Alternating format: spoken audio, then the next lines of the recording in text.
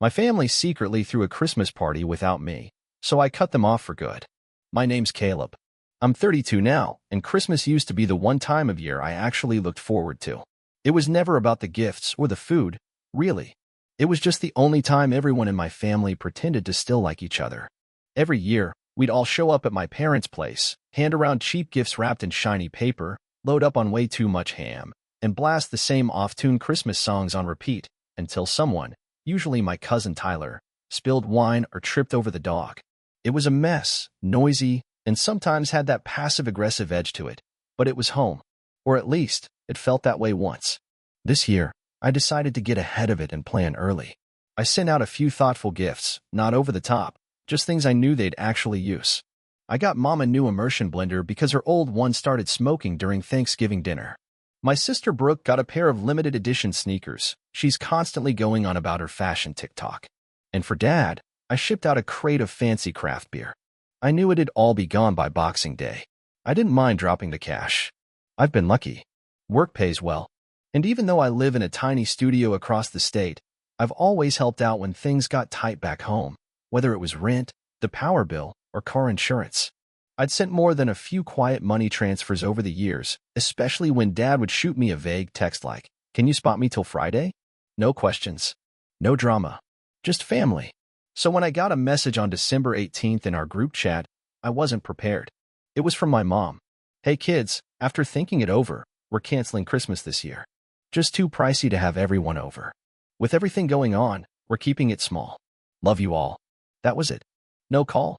No suggestion to meet halfway. No, we'll make it up to you. Just a flat, distant message.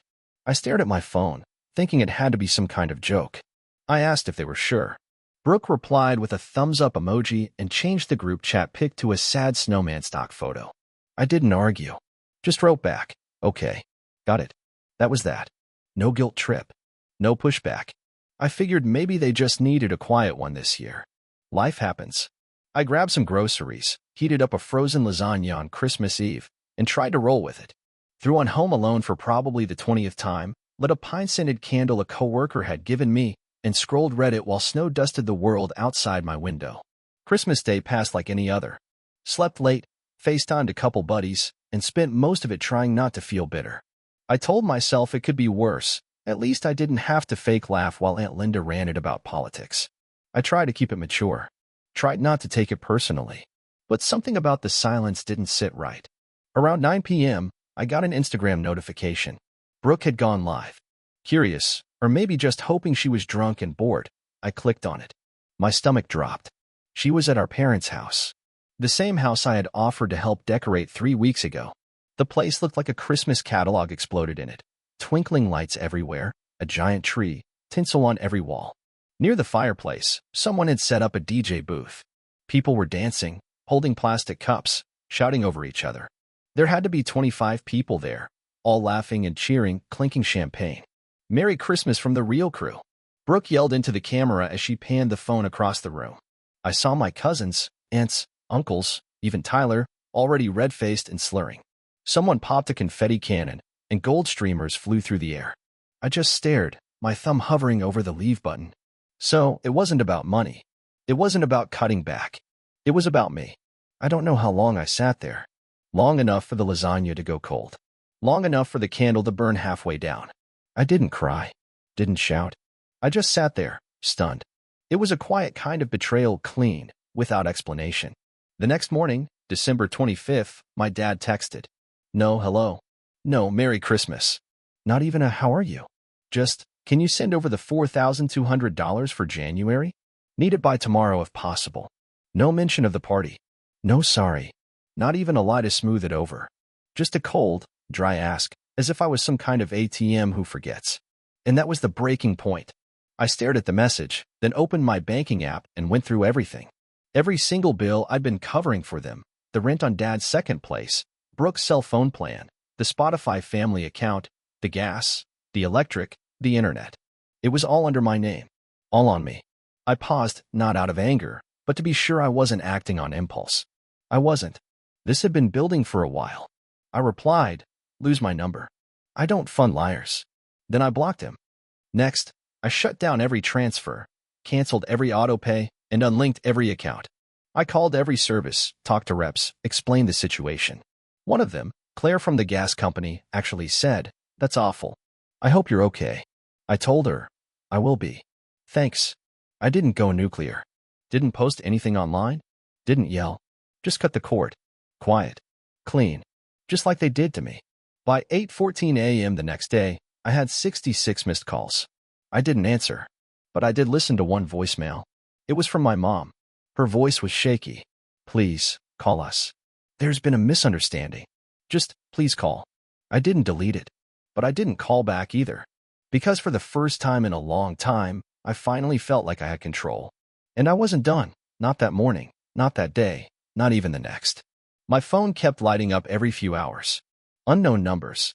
Anonymous voicemails. Even some desperate DMs from extended family I hadn't heard from in years.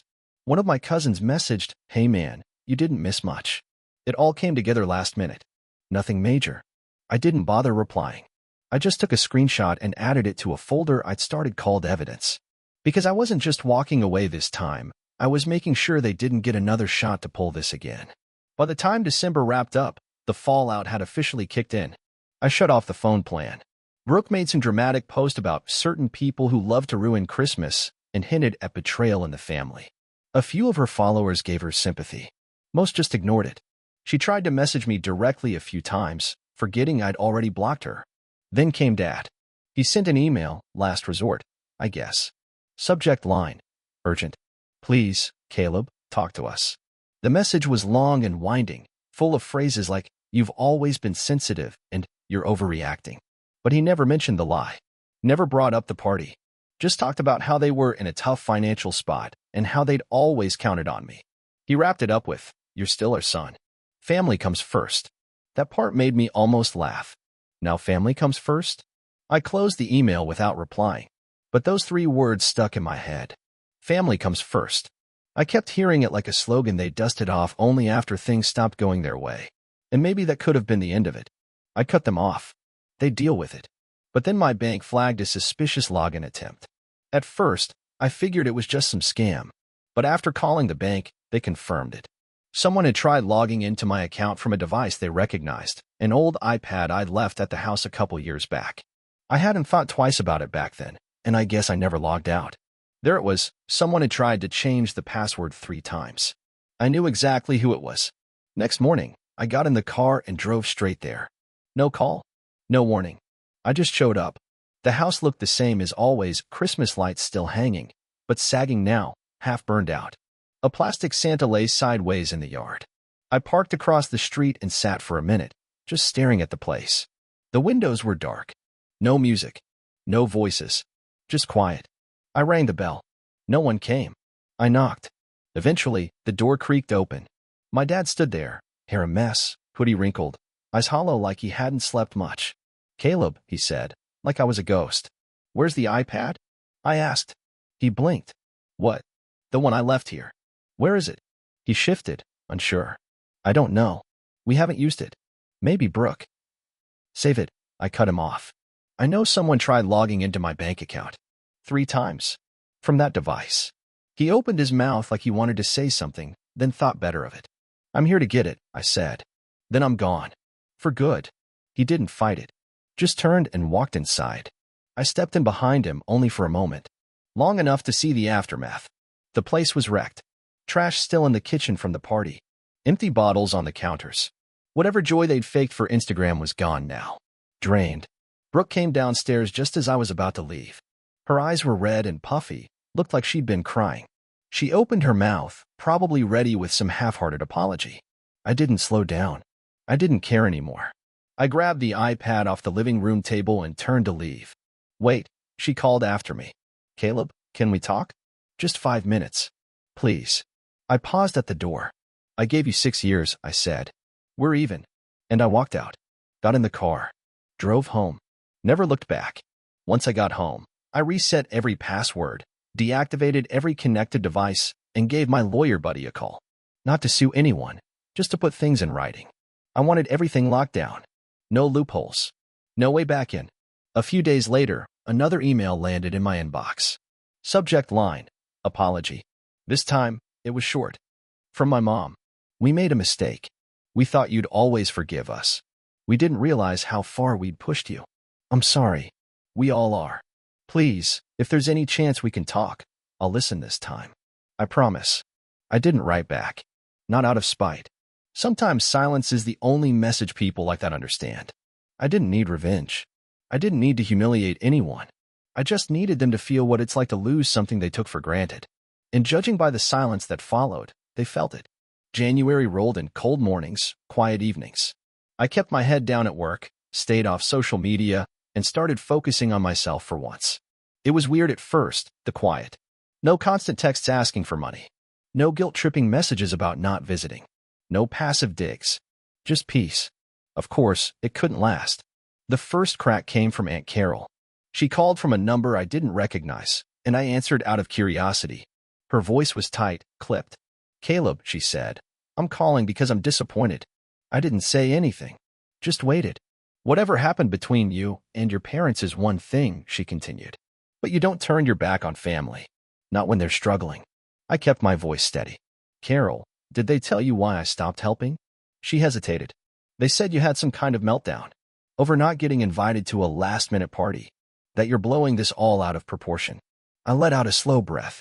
"Did they also mention I've been covering their rent for almost 3 years? Or that I've been paying Brooke's phone bill, Dad's gas, and Mom's grocery deliveries while they were out there posting champagne selfies?" There was a pause, longer this time. "Well," she muttered, "even if that's true, it doesn't mean you had to cut them off entirely." "I didn't cut them off," I said. "They left me out. I just stopped pretending that was okay." She sighed. "Caleb, you're better than this." "No," I said softly. "I used to be. But all better ever got me was being used. I'm done with that now."